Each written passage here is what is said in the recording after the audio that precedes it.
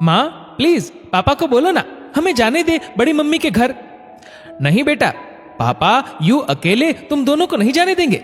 आप दोनों तो कहते हो तुम दोनों बेटी नहीं बेटे हो, फिर क्यों नहीं जाने देते हमें अकेले? और अब हम कोई छोटे बच्चे तो है नहीं। मैं कॉलेज में पढ़ती हूँ और निम्मी 12वीं में। सिम्मी और निम्मी अपनी माँ को मनाने में लगी थी। दरअसल दोनों बहनों की बड़ी मम्मी के घर गृह प्रवेश का फंक्शन था। वैसे तो सिम्मी के घर से सभी जाने वाले थे, लेकिन सिम्मी के पापा का कुछ ऐसा जरूरी काम ऐन मौके पे आ गया कि उन्हें जाने का प्लान कैंसिल करना पड़ा। सिम्मी की बड़ी मम्मी के घर पर सब दोनों बहनों को बहुत प्यार करते थे। सिम्मी निम्मी ने सारी तैयारी भी कर ली थी फंक्शन के लिए, नए कपड़े, नए जूते, लेकिन जाने का प्लान ही कैंसिल हो गया तो दोनों बहुत दुखी हो गई। वैसे तो निम्मी छोटी थी सिम्मी से, लेकिन दिमाग खूब चला दी।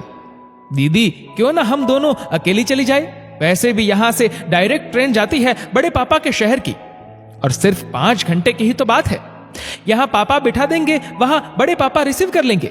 क्यों, कैसा आइडिया है? आइडिया तो बढ़िया है निम्मी, लेकिन पापा को कैसे मनाए? सिम्मी ने उदास होकर कहा। अरे दीदी, माँ है ना, उनको मना ले तो पापा भी मान जाएंगे। पहले तो पापा ने बिल्कुल मना कर दिया।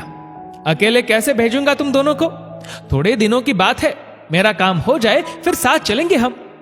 लेकिन पापा, तब तक फंक्शन ही खत्म हो जाएगा, फिर हम जाकर क्या करेंगे? और पापा, अब हम बच्चे नहीं हैं, कभी ना कभी तो निकलेंगे ही घर से अकेले, तो इस बार क्यों नहीं? प्लीज पापा मान जाओ, प्लीज पापा प्लीज।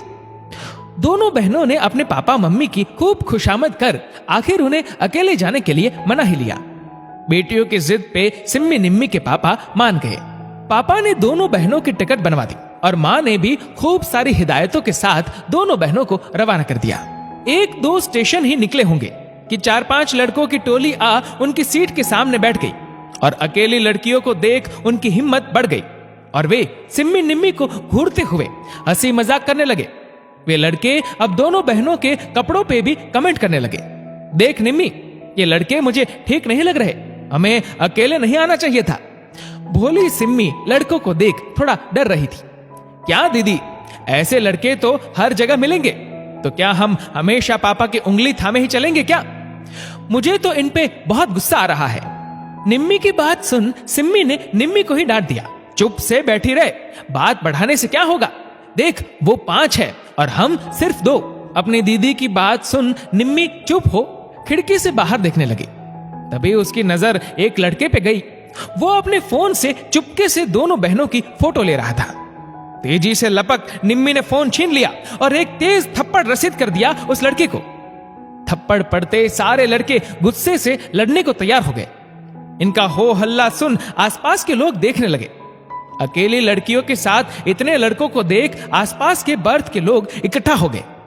अंकल, आंटी, देखिए ये सारे लड़के हम दोनों को कब से परेशान कर रहे थे, हमें घुरे जा रहे थे और अब तो अपने फोन में हमारी फोटो भी ले रहे हैं।